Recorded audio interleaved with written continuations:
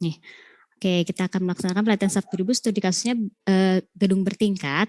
Nah, ini tuh berdasarkan SNI 1727 2020 dan SNI 1726 2019.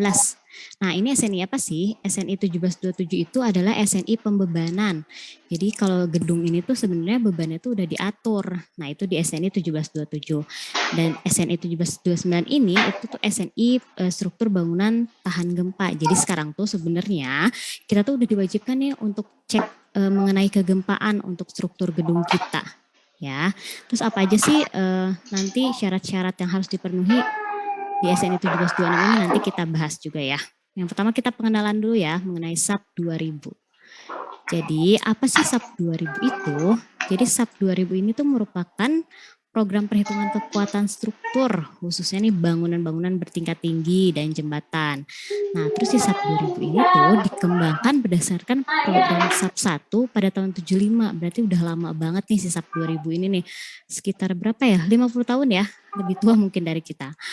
Terus si SAP ini tuh dikomersialkan oleh CSI. Makanya kenapa kalau misalkan kita buka SAP 2000 itu pasti pertamanya itu ada CSI. Nah, dia tuh dikomersialkan lah. Nah, kenapa sih disebutnya SAP 2000? Jadi awalnya tuh dia disebut sebagai SAP 80 dan SAP 90. Nah, itu tuh versi dari grafisnya. Kemudian dia baru dikeluarkan namanya SAP 2000 ketika beralih dari grafis ke Windows, ya.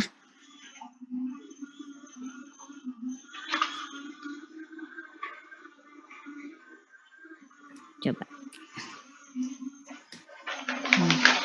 Sebentar. Nah, ini ada contoh-contoh desain SAP 2000. Bisa apa sih SAP 2000 nih?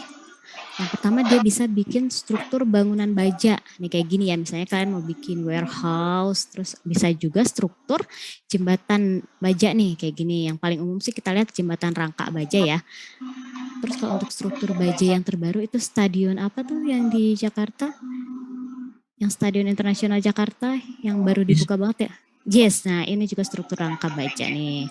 Terus habis itu ada juga struktur beton bertulang. Nah ini kayak gini kayak gedung. Seperti ini. Terus ada juga plat and shell. Plat and shell tuh contohnya apa? Buat yang kemarin udah ikut kursus sipil nih. Kita kan udah belajar tentang tunnel. Nah di sini kegunaan untuk plat and shell-nya. Nih, ini ada toolbar pada SAP 2000 ini versi 14 ya. Ini kurang lebih tuh sama juga nih mau versi berapapun dia permodelannya atau tampilannya tuh kurang lebih seperti ini. Tapi kalau untuk di SAP versi terbaru dia itu ada tambahan kayak peraturan-peraturan baru di toolsnya. Terus ada lagi beberapa toolbar yang beda dari SAP yang lama. Tapi kurang lebih isinya tuh sama, nggak terlalu jauh. Nah terus kita buka dulu nih SAP 2000-nya ya. Nih, buat yang pertama kali pakai SAP 2000 ini loh, SAP 2000 nih. Gimana sih caranya kalau mau buat permodelan awal? Nih, caranya seperti ini nih. Kita klik di sini nih, klik ujung sebelah kiri atas. Nah, kita akan diberikan tampilan seperti ini. Yang pertama ada default unit. Nah, yang terpenting dari SAP 2000 itu jangan sampai default unitnya ini itu salah ya. Nih, bisa kita ganti nanti, tapi ketika kita input input material-material jangan sampai ini salah. Misalnya kita butuhnya beton itu mutunya 30 MPa. Nah kita lihat lagi nih, benar gak sih 1 MPa itu kan Newton per milimeter persegi.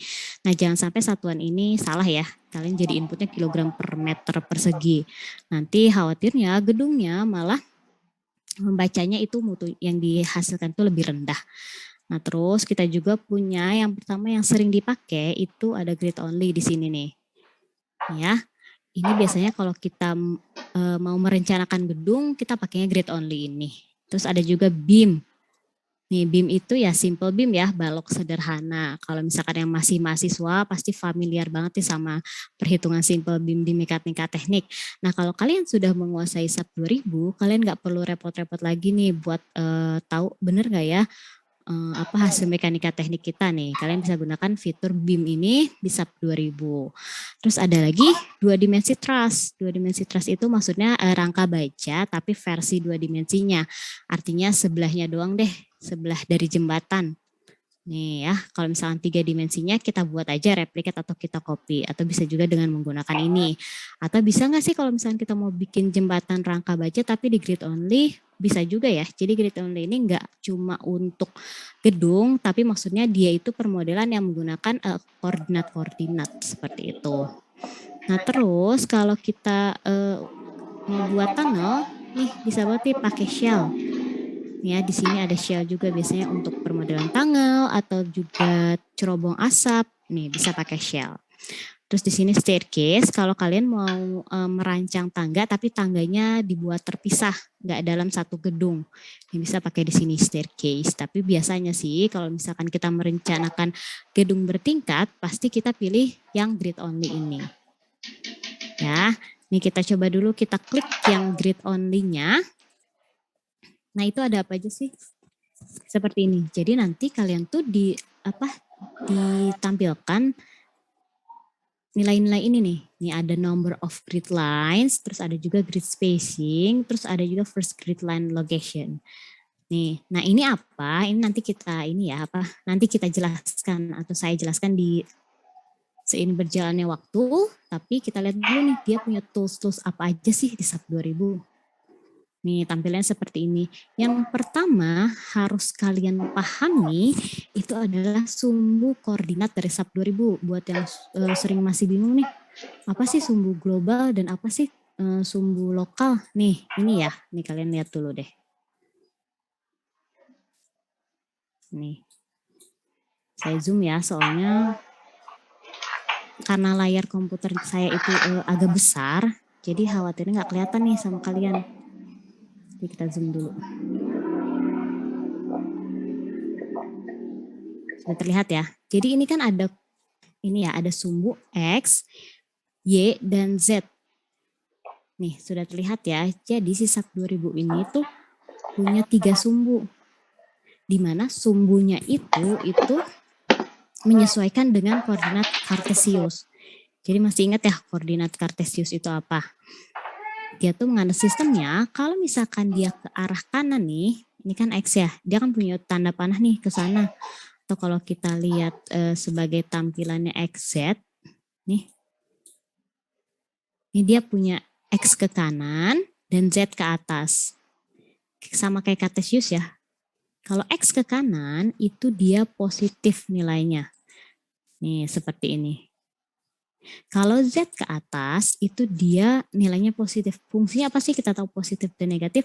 Ketika kita mau copy frame, kita mau buat ketinggian lantai. Nah ini fungsinya kita tahu kalau misalkan itu harus positif atau harus negatif. Nanti untuk jelasin lebih gimana lagi, kita praktekkan aja. Nah terus ada satu sumbu lagi yang nggak ada sih sebenarnya di Cartesius ya. Kalau Cartesius itu kan X dan Y. Nah kalau misalkan di SAP 2000, Y-nya ini ke arah lebarnya ya, ke arah belakang ini nih. Nih, jadi yang ke arah atas itu adalah si Z-nya. Jangan terbalik ya. Jadi X itu panjangnya, Y itu adalah lebarnya. Nih, terus Y juga punya aturan kalau ke belakang dia positif, kalau ke depan dia itu negatif. Seperti itu ya. Nih, jadi kalau misalnya masih bingung ke kanan, ke belakang dan ke atasnya itu seperti apa, kalian lihat aja panahnya. Pokoknya kalau berlawanan dengan panah ini dia akan menghasilkan nilai yang negatif kayak gitu. Terus apalagi sih tools di SAP 2000 yang biasanya kita sering pakai, ini di sini nih, define. Define itu ada yang pertama materials. Materials itu apa? Jadi sebelum kita merencanakan gedung nih, kita harus tahu dulu kita mau pakai material apa. Misalnya mau pakai beton. Betonnya itu mau mutu berapa? Mau mutu FC30 atau FC35. Nih kita klik aja nih. Nih, terus ada juga baja. Kita juga harus tahu baja yang mau kita pakai mutunya berapa. Mutu SS400 atau BJ34. Kita harus udah nentuin nih. Tapi biasanya sih ini dikasih tahu sama owner ya. Kalau baja itu biasanya sebuah vendor itu udah punya nih catatan untuk mutu dia itu berapa. Nah, terus untuk rebar, jangan lupa steel dan rebar itu berbeda ya klasifikasinya. Kalau di SAP 2000 jangan sampai kalian mau buat struktur beton bertulang, tulangannya itu kan baja ya, baja tulangan itu pakai steel. Enggak ya, kita pakainya rebar. Jadi kalian bedakan antara steel dan rebar. Karena kalau misalnya kalian buat steel nanti tidak akan terbaca di SAP 2000-nya. Oke. Terus ada lagi di sini konkret. Terus kita lihat apa aja sih yang harus kita tahu nih. Kalau misalkan kita mau buat materials, nih kalian harus tahu juga nih parameter-parameter seperti berat jenis beton, terus habis itu modulus elastis beton, dan juga yang paling penting mutu betonnya berapa. Nah di sini jangan lupa satuannya. Ya satuan ini jangan lupa kalian ganti. Nih karena 1 MPa itu kan Newton milimeter. Tapi di sini ada berat jenisnya nih. Itu dalam satuan kilogram meter. Ya, jadi jangan salah ya. Jangan terbolak-balik.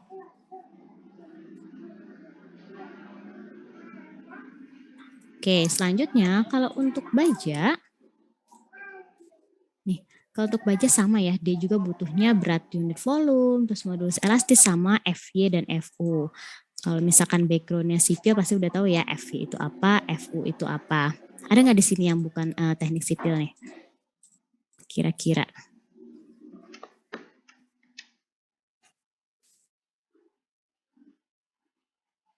Teknik sipil semua ya kayaknya ya.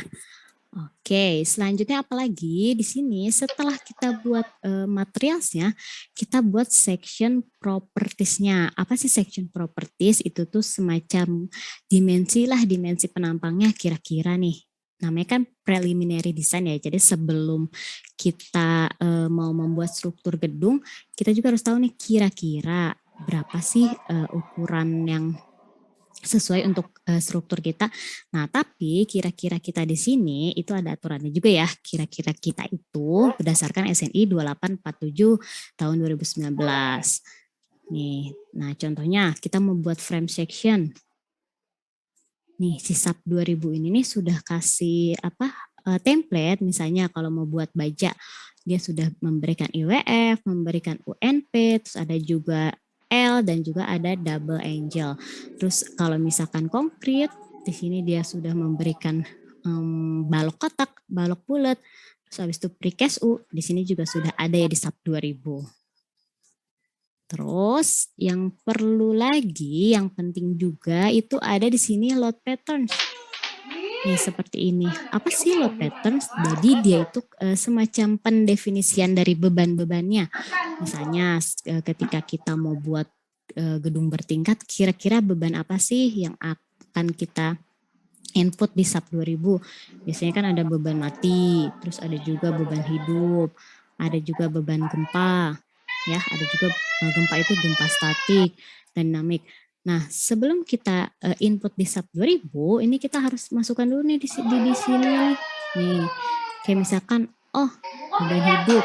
Nah, self weight multiplier-nya ini maksudnya ketika kita berikan 1, itu dia dihitung otomatis oleh SAP 2000. Tapi yang kita berikan koefisien 1 itu hanya date-nya aja.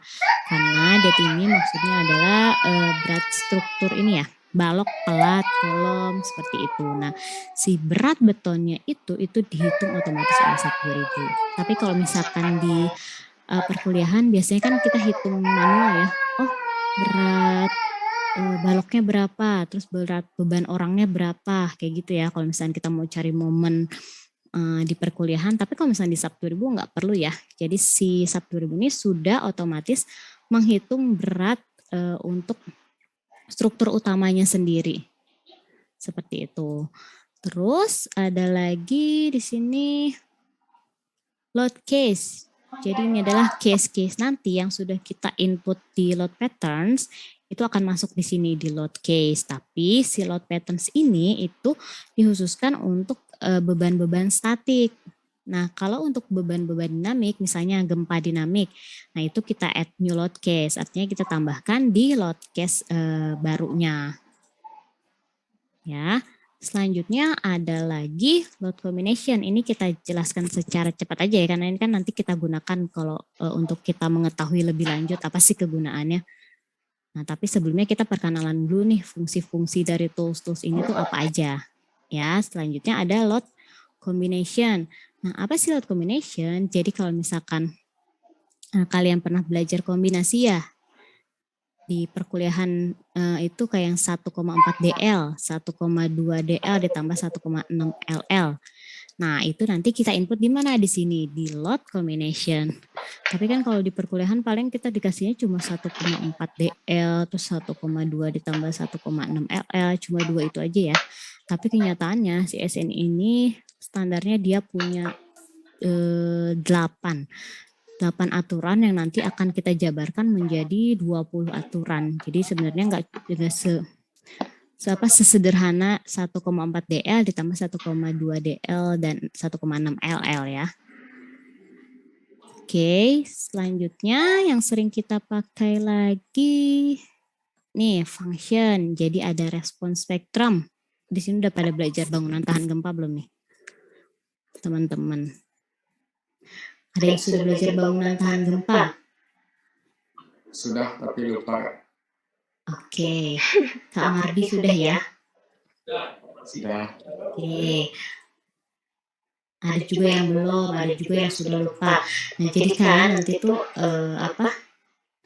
di permodelan kita tuh harus input respons spektrum nih, seperti ini. Ini tuh maksudnya apa? Jadi semacam periode-periode dari gempa, dari wilayah gempa yang akan kita tinjau nih strukturnya. Misalnya kalau kita mau buat struktur di Sumatera sama di Kalimantan itu perlakuan gempanya berbeda. Seperti itu. Terus selanjutnya ini ada assign. Assign itu apa? Kalau kita mau membuat tumpuan di SAP 2000, nih kita bisa pilih join ini, lalu restrain. Nah, sama seperti mekanika teknik, si SAP 2000 ini memberikan tumpuan 3 juga. Ada ingat gak apa aja nih? Coba deh dijawab di chat. Ini kira-kira tumpuan apa aja nih? Atau di mekanika teknik ada tumpuan apa aja nih? Coba ayo masih ingat, ayo.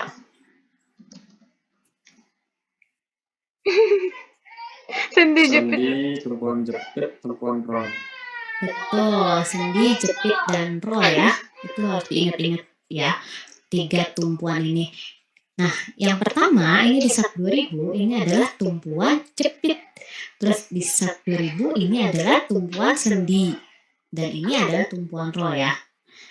Nih, terus kalau misalkan dulu ya, pas saya kuliah, saya tuh sempat bingung. Lah, ini tumpuan sendi maksudnya kayak gimana ya aplikasinya di lapangan atau di proyek? Nah, ternyata kalau misalkan kita asumsikan pondasi kita nih, kita mau buat struktur gedung, tapi kira-kira pondasinya itu mau pondasi dalam, contohnya kan tiang pancang. Nah, ini bisa kita berikan joinnya itu adalah join jepit. Terus kalau misalkan pondasinya kira-kira dangkal, atau kayak semacam pondasi telapak, itu kita bisa gunakan sebagai sendi. Nah, terus kalau roll ini biasanya digunakan di jembatan, yaitu semacam kalau untuk elastomer ya, tapi ditambah dengan sendi dan roll kalau di jembatan itu. Oke. Selanjutnya ada lagi frame. Ini adalah frame-frame yang sudah kita input nanti di define di section properties tadi. Nah, kalau assign ini juga difungsikan kalau kita mau memberikan beban di SAP 2000. Jadi di SAP 2000 itu jenis bebannya tuh ada, kalau yang biasanya kita pakai ya di gedung itu ada joint loads, ada frame loads, dan ada area loads ya.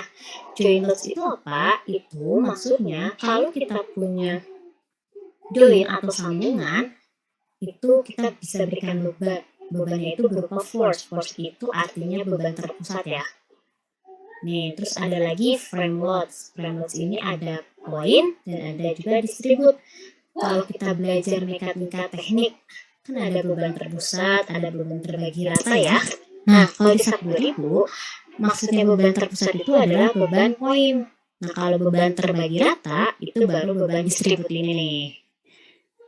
Ya. Terus ada lagi area loads. Area load juga ada gravity dan juga ada uniform.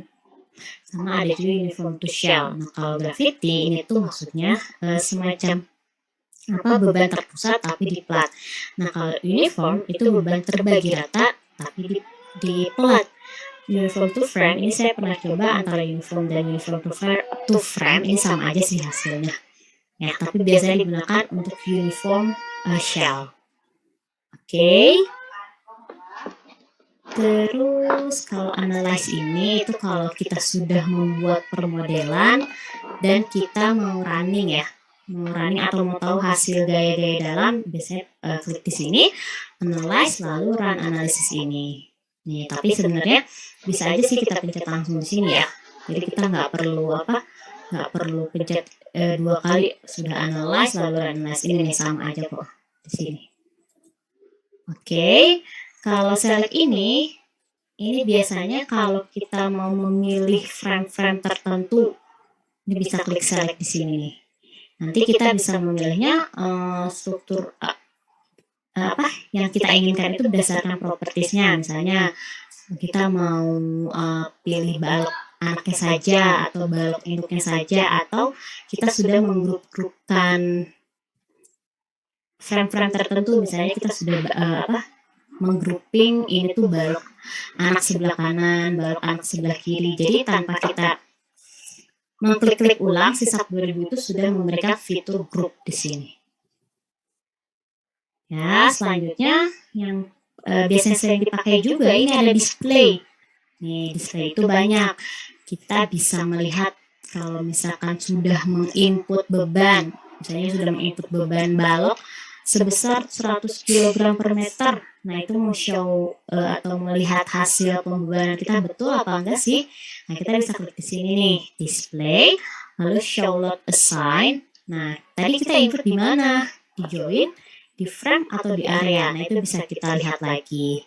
Terus yang sering banget dipakai itu untuk melihat hasil output SAP 2000-nya, ini biasanya di show table nih. Nih buat yang masih taunya hanya di sini nih ya, karena kan kita cuma lihat di sini ya, show first aja deh. Nah, untuk merekapitulasinya dari hasil-hasil di sini nih, ini di sini di display lalu show table. Nah, nanti dia memberikan banyak nih pilihannya. Kita bisa lihat gaya-gaya dalam di kolom, gaya-gaya dalam di balok. Terus kita juga bisa lihat join displacement-nya dia. Kita juga bisa lihat periode strukturnya berapa. Nah, itu bisa klik di sini di display table ini. Oke, terus yang sering dipakai lagi di sini ya, tools ini nih. Nah, terus gimana sih kalau misalnya kita mau buat frame terus area? Nah, ini toolsnya di sini. Nanti kita pelajarin kayak gimana. Ini penjelasan secara singkat aja. Nah, terus kalau mau zoom in, zoom out pakai yang mana? Nih di sini ada tools ini nih, rubber band zoom. Jadi kalau kita mau zoom tapi titik tertentu aja. Ini sudah saya klik ya. Misalnya saya mau klik bagian ujung ini nih, yang grid A dan 4. Nah, ini tinggal kita buat aja nih persegi. Caranya tahan mouse kiri atau klik kiri ke daerah yang mau kita zoom. Nah, jadi seperti ini. Oke, kalau bedanya sama yang zoom in zoom out ini kan seperti ini ya, zoom in ya. Nah, nih terus kalau zoom outnya cuma seperti ini. Nah, tapi kalau misalkan kalian mau pakai zoom titik tertentu, kalian bisa pilih yang ini nih, yang rubber band zoom. Nah, di sini. Oke, terus selanjutnya gimana kalau misalkan kita mau lihat tampilan 3D? Kalian tinggal klik ini nih. Nah, ini adalah tampilan 3D dari strukturnya. Tapi SISAP juga menyajikan fitur potongan XY, XZ, dan YZ. Kalau kalian mau lihat potongan XY nih seperti ini. Nah, berarti kalau potongan XY kita lihatnya dari mana nih? Ada yang tahu nggak?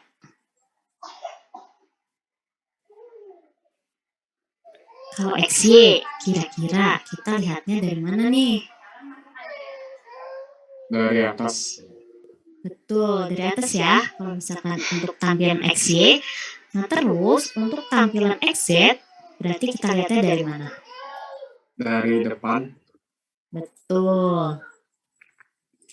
Nah, tapi biar kalian nggak bingung nih, ini kira-kira kan kalau misalnya kita cuma lihat XY, oh ini di lantai berapa ya?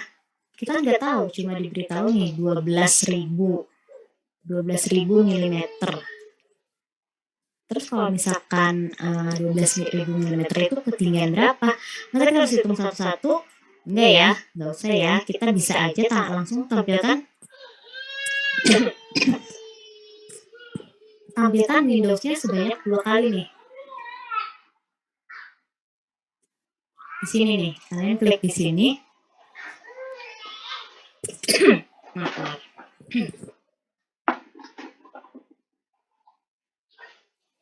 Kalian bisa klik di sini. Nih, lalu add new window. Nah, biasanya sih kalau paling enak kalian buat tampilannya ini 2 dimensi kayak gini aja nih, 2 window. Jadi kalian tahu, kalian nggak perlu repot-repot kira-kira ini di lantai berapa ya. Nah, struktur kita nih, kalian tinggal klik di sini lalu kelihatan ya sebelah kanannya ya. Nih, tuh berarti ini di lantai atas ya. Seperti itu. Kalau misalkan Z-nya ini nggak tipikal, ada yang 3,6, ada yang 3,4, kan nggak mungkin ya kita hafalkan di sini. Jadi bisa kita lihat di sebelah kanannya. Nah, ada juga kan salah satu super CSI juga namanya ETAPS. Nah, kelebihan dari si ETAPS, dia tuh bisa tahu nih, dia itu di lantai berapa. Kayak tulisannya di sebelah sini ada story. Nah, kalau si Subturbo itu nggak bisa seperti itu. Oke.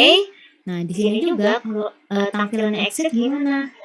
Nah, dia juga memberitahu kita kalau misalkan exit itu kita lihat dari potongan sebelah mana. Kalau kita punya 3 dimensi view-nya ini. Ya, terus kalau misalkan kita lihat tampilan exit maupun exit tapi kita mau ubah ke depan, itu seperti apa? Kalian tinggal klik di sini nih, move up in list dan move down in list. Nih, kalian klik aja di sini. Ini seperti ini ya. Kalau misalkan kalian mau memindahkan sumbu kalian. Terus yang sering jadi pertanyaan itu adalah gimana sih caranya merotate. Jadi kalau kita punya tampilan 3D sebelah kanan ini, nih saya nggak pegang mouse ya, tapi dia bisa berputar misalnya tuh. Ya, itu sering dipertanyakan juga gimana sih caranya merotate atau memutar tampilan view dari 3D ini.